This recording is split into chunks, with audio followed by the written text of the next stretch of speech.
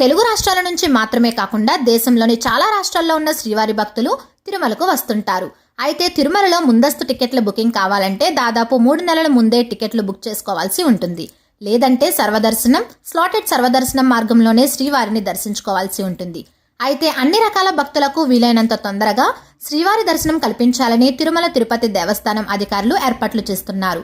ఈ నేపథ్యంలోనే సెప్టెంబర్ 7వ తేదీన చంద్రగ్రహణం ఉన్న కారణంగా ఆ రోజు తిరుమల వెంకటేశ్వర స్వామి ఆలయాన్ని కొన్ని గంటల పాటు మూసివేయనున్నట్లు తాజాగా టీటీడీ ఒక ప్రకటన విడుదల చేసింది. సెప్టెంబర్ 7వ తేదీ రోజున దాదాపు 12 గంటల పాటు తిరుమల శ్రీవారి ఆలయం మూసివేయనున్నట్లు టీటీడీ అధికారులు ఆ ప్రకటనలో వెల్లడించారు.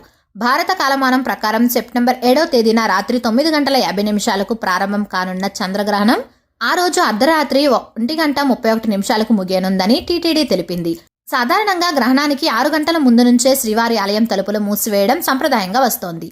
అంటే సెప్టెంబర్ 7వ తేదీన మధ్యాహ్నం 3:50 ఆలయ తలుపులు మూసివేయనున్నారు.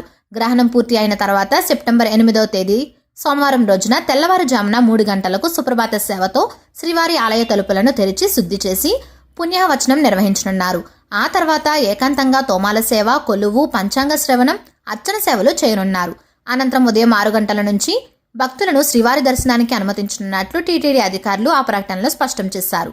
ఇక చంద్రగ్రహణం కారణంగా సెప్టెంబర్ 7న తిరుమల శ్రీవారి ఆలయంలో ఉంజల్ సేవ, ఆర్జిత బ్రహ్మోత్సవం, సహస్ర దీపాలంకార వంటి సేవలను రద్దు చేస్తున్నట్లు టీటీడీ తెలిపింది.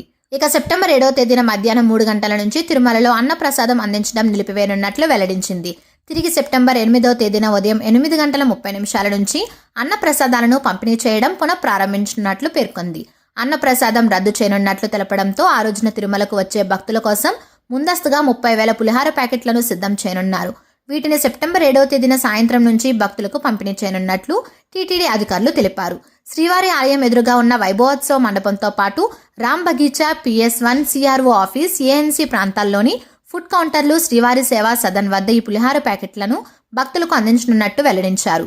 సెప్టెంబర్ 7వ తేదీన తిరుమలకు వచ్చే శ్రీవారి భక్తులు చంద్రగ్రహణం ఉన్న విషయాన్ని గుర్తించి తమ ప్రణాళికలు సిద్ధం చేసుకోవాలని టీటీడీ అధికారులు సూచిస్తున్నారు.